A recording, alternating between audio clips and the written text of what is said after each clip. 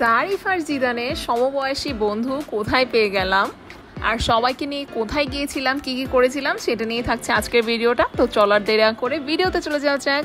তো আজকে আমরা তো একটু রেডি হয়ে গিয়েছিলাম আম্মুর বাসায় যাব বলে, আর এদিকে জারিফের রেডি হওয়ার অবস্থা জাস্ট দেখো তোমরা। নানু বাসায় যাবে বলে ওর কিন্তু একদম ভাবসাবি ছিল আলাদা। সেই সানগ্লাস টুপি ঘড়ি এগুলা নিজে নিজেই পরেছে, আবার পরে অনেকক্ষণ এটা ক্যারিও করেছে। আমি কিন্তু একবারও বলিনি এগুলা পরার জন্য।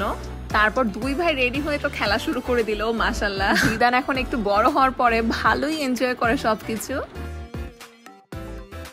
তো একটু পরে আমরা বের হয়ে গেলাম, আর আম্মুর বাসায় ঢোকার সাথে সাথে বিরিয়ানির স্মেলে পুরা বাসা ভরে গিয়েছিল। আমার ভাবির বড় বোন এসেছিল ইংল্যান্ড থেকে, আর এখানে তারা 2 দিন থাকবে। আর তার 2 ছেলে আর আমার 2 ছেলে একদমই কিন্তু সমবয়সী। এমনিতেই তো আমার বাচ্চা কাচ্চা খুবই ভালো লাগে, তার উপরে জারিফ আর জিদানের একদমই সমবয়সী বাচ্চা পেয়ে মানে সবাই মিলে খুবই মজা করেছি আসলে। তো যাই হোক, আমরা তো সবাই গল্প শুরু করে দিয়েছিলাম, আর আম্মু এদিকে খাবার রেডি করে দিল। আর বিরিয়ানি খাওয়ার পরে এরপরে ছিল ডেজার্টের পালা। আর খাওয়া দাওয়া শেষ করার পরে আমরা তো বেবিদের সাথে অনেক অনেক খেলা করলাম। জিদান আর আমেল যেহেতু এখনো কথা বলতে পারে না, ওরা দুইজনকে প্রথমে একটু একটু করে দেখছিল, একটু দূরে দূরেই ছিল, কিন্তু পরে গিয়ে কিন্তু আবার দুইজন একসাথে খুব ভালোই খেলেছে। তো আমরা সন্ধ্যার পরে সেদিন সবাই বের হয়েছিলাম। আর আপারা যেহেতু দেশের বাইরে থাকে, তো তাদের এ পর্যন্ত মাওয়াঘাটের ওই সাইডটাতে আসলে যাওয়া হয়নি। তো আজকে ঠিক করেছিলাম ওই দিকেই আমরা যাব। তো ফার্স্টেই আমরা চলে এসেছিলাম লিফ লাউঞ্জে। এখানের অ্যাম্বিয়েন্স প্লাস এখানের ডেকোরেশন আমার কাছে খুবই ভালো লাগে, কিন্তু সেদিন অনেক বেশি ভিড় ছিল। তো আমরা বাইরে এসে ফার্স্টে বসলাম, আর এখানে দেখো জিদান আর আমেল মাশাআল্লাহ কি কিউট লাগছে, দুইজন বসেছিল একসাথে। আর জিদানকে আমি আবার জারিফের সাথে ম্যাচিং করে পাঞ্জাবি পরিয়ে দিয়েছিলাম। আর এই দেখো ছোট ভাইদের বসে থাকতে দেখে বড় ভাইরা কিন্তু যার যার ভাইয়ের কাছে চলে এসেছে। 4 জনকে একসাথে দাঁড়িয়ে যে একটা ছবি তুলবো সেই অবস্থা আমাদের ছিল না, কারণ কেউই দাঁড়াবে না। তো পরে আমরা মায়েরাই ঠিক করলাম যে একসাথে ওদেরকে নিয়ে সবাই মিলে ছবি তুলে ফেলি। আর আজকে জারিফ আর জিদান তো পাঞ্জাবি ম্যাচ করেছে, কিন্তু খুবই অদ্ভুতভাবে আমার শাড়িটাও কিন্তু ওদের পাঞ্জাবির ভেতরে যে কাজগুলো ছিল সেটার সাথে একদম ম্যাচ হয়ে গিয়েছে। আর বাইরের বাতাস ওয়েদারটা এত সুন্দর ছিল।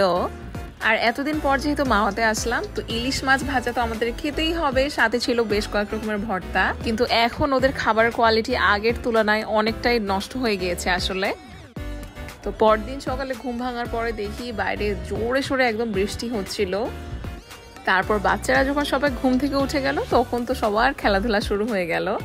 আর জিদান আর আমেলও কালকের তুলনায় আজকে অনেকটাই নর্মাল ছিল। কালকে ওরা কেমন অদ্ভুতভাবে যেন একজন একজনের দিকে একটু তাকাচ্ছিল, মানে কে হঠাৎ করে এটা চলে আসছে এরকম চিন্তা করছিল মনে হয় একজন একজনকে দেখে।